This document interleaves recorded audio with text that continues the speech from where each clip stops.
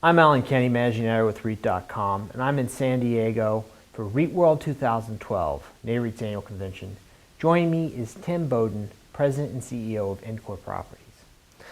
So, Tim, can you give me an idea of what your acquisition strategy is going to be like in 2013? I know the company was formed as part of an acquisition from a Prologis portfolio.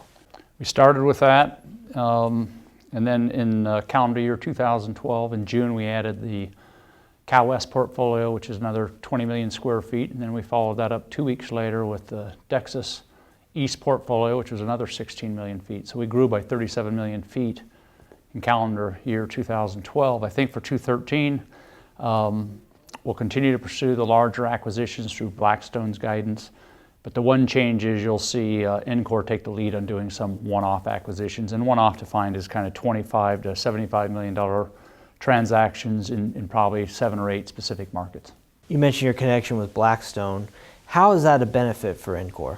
Oh, I think the real benefit when you look at the size of their organization and you know, currently in Fund 7, they just completed raising $13.5 billion of equity for new acquisitions. So obviously we'll benefit from that. Second, between EOP and Brixmor, 2 of the other operating entities, one's retail, one's office.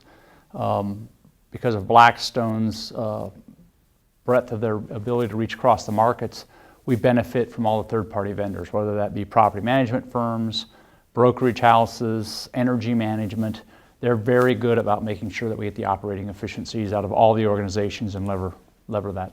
And Tim, before joining IndCor, you spent a number of years with Aimco. So we're talking about a difference here between industrial and apartment.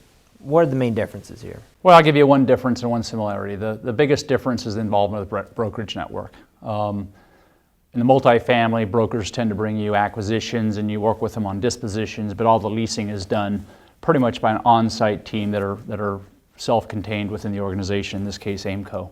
On the commercial side, not only do you buy and sell through the brokerage network, but they represent almost every tenant we have. So probably 99% of the deals we do are done with brokerage. So we have to have a very close connection to that environment, to those systems. And so that's a big difference from how you operate and how you interact.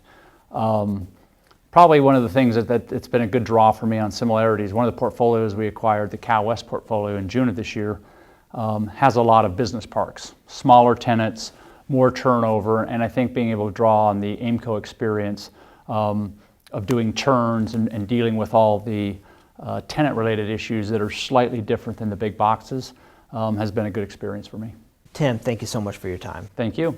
And for more on this and other REIT news and analysis, be sure to check out REIT.com.